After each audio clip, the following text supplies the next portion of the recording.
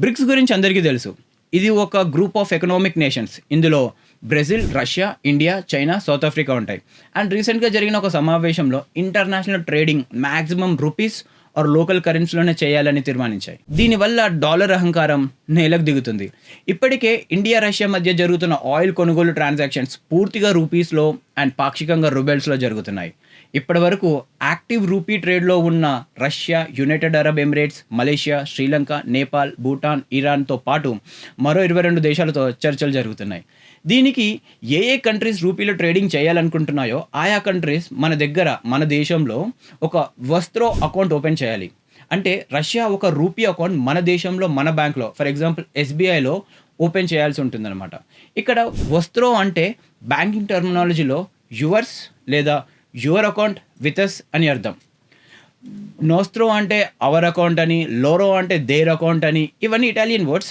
ఇప్పుడు Italian వర్డ్స్‌ని banking టర్మినాలజీలో ఎందుకు వాడుతున్నారు అంటే దాని వెనుక ఒక పెద్ద కథే ఉంది. అది చెప్తే టాపిక్ డైవర్ట్ అవుతది. కాబట్టి దాని మీద ఒక వీడియో చేసి పెట్టాను. అది ఇక్కడ చూడండి. Coming back to the topic. 2023లోనే ఆర్‌బీఐ మన ఇండియాలోని 22 బ్యాంక్స్‌కి ఎస్ఆర్‌వీఏ అకౌంట్స్‌ని ఓపెన్ చేసే పర్మిషన్ ఇచ్చింది. ఎస్ఆర్‌వీఏ అంటే స్పెషల్ రూపీ వస్త్రో అకౌంట్. ఇప్పటివరకు మన దేశంలో వస్త్రో అకౌంట్స్ ఓపెన్ చేసిన కంట్రీస్ ఏవంటే Guyana, Israel, Kazakhstan, Kenya, Malaysia, Maldives, Mauritius, Myanmar, New Zealand, Oman, Russia, Seychelles, Singapore, Sri Lanka, Tanzania, Uganda, United Kingdom, Bangladesh, Belarus, Fiji and Germany. ఇంతకుముందు ఈ అకౌంట్ ఓపెన్ చేయాలంటే 6 నుంచి 8 వారాలు పట్టేది. ఆగస్ట్ 5 తర్వాత ఆర్‌బీఐ 24 గంటల్లోపే ఈ అకౌంట్ ఓపెన్ చేసేలా సర్క్యులర్ రిలీజ్ చేసింది. దీనివల్ల డాలర్‌కి పెద్ద బొక్కేంటి అంటే ఇంటర్నేషనల్ కొనుగోలు, అమ్మకాలు ఇంతకుముందు డాలర్‌లోనే జరిగేవి. కానీ ఇండియా ఇప్పుడు ఒక డాలర్ బైపాస్ గీతని గీసింది. ఇక మీద అంతర్జాతీయ అమ్మకాలకి, కొనుగోలుకి డాలర్ అవసరం లేదు.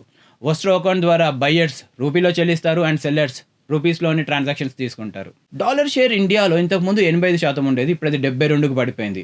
ఇప్పటివరకు 30 దేశాలు మన దగ్గర 150కి పైగా వస్త్రో అకౌంట్స్ ఓపెన్ చేశాయి.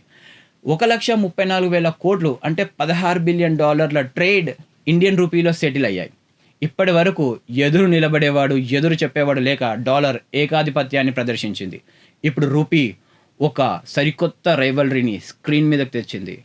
చూడాలి ఈ రూపీ రెవల్యూషన్ ఎక్కడి వరకు వెళ్తుందో. అప్పటి వరకు జై హింద్.